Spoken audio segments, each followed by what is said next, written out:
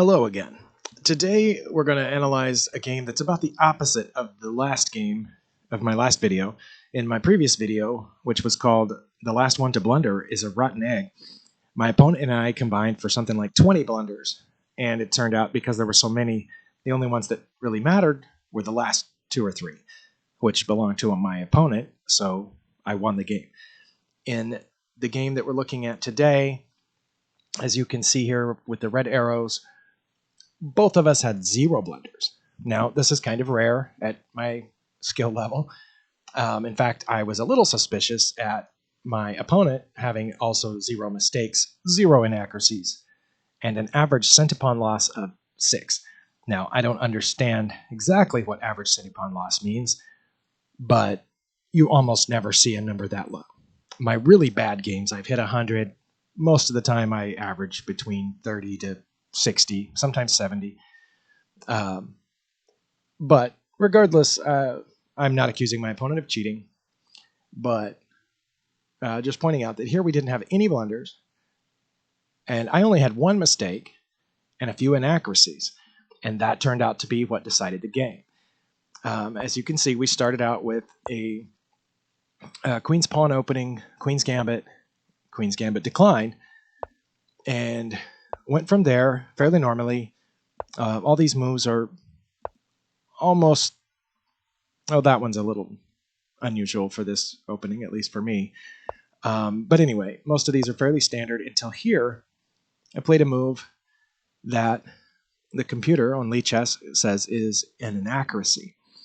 And you can see that right here on this bar, the white bar has dropped. And here, that number has dropped. Usually it's a plus at this point. And it's saying I should have moved my king pawn instead, because that opens up the bishop to guard this pawn had it stayed here. My opponent immediately went after that pawn, and I went to guard it. I added a double guard. It already was guarded once, and now it's guarded again. And then he went after my guard pawn, which is probably a good idea. And this was my second inaccuracy. Lichess says, instead of moving that, I should have left it here and put a guard on it. In hindsight, that makes sense. Then not only would it be guarding the first pawn, but I would have had a pawn chain right here, and he would have had a hard time getting to this last one. Regardless, now he took the front pawn, which I had removed my guard from, and now it only has the 1 guard. And I guess crazily added a guard to that pawn, and computer says I should have taken it. This was my 3rd inaccuracy.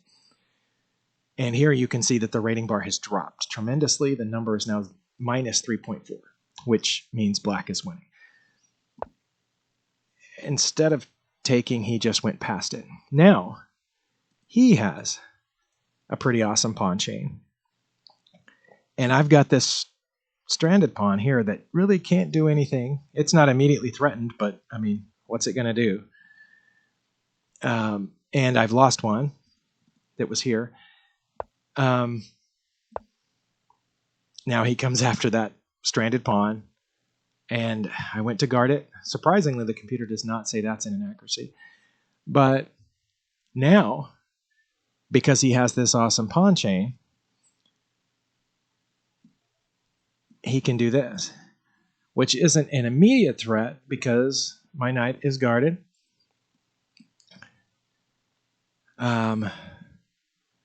But I didn't see that he's coming here. That's why the computer is telling me to move my other knight right now to keep him from going there.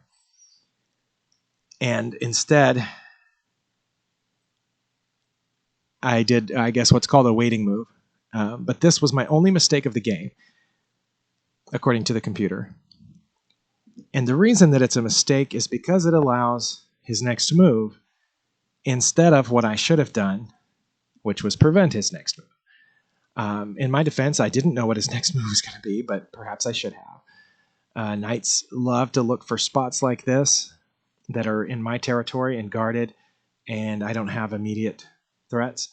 I can't guard that with this first knight because of the pin. But anyway, my one mistake of the game, and now you can see that black is up 7.5. White's rating bar is way down here. And if you're looking at this graph, it never got better. Black stayed in charge the whole time. I castled to remove the pin, but it didn't matter. Now he just gets a free knight. Nothing I can do about that. And all of that was because of those first inaccuracies with my pawns. So I tried my best to advance. To break through on the queen side. Taking out some of his pieces. As you can see, he has done nothing yet with these pieces. And I'm trying to activate all of mine. I was a move too late to get that pawn. But now he has an even more awesome pawn chain, or is about to. And there's not much I can do about it except say check. And the game just moved on, but as you can see, his pawn chain has improved again. I'm just running here, just refusing to resign is all I'm doing, which, as you can see, didn't last long. And there it is.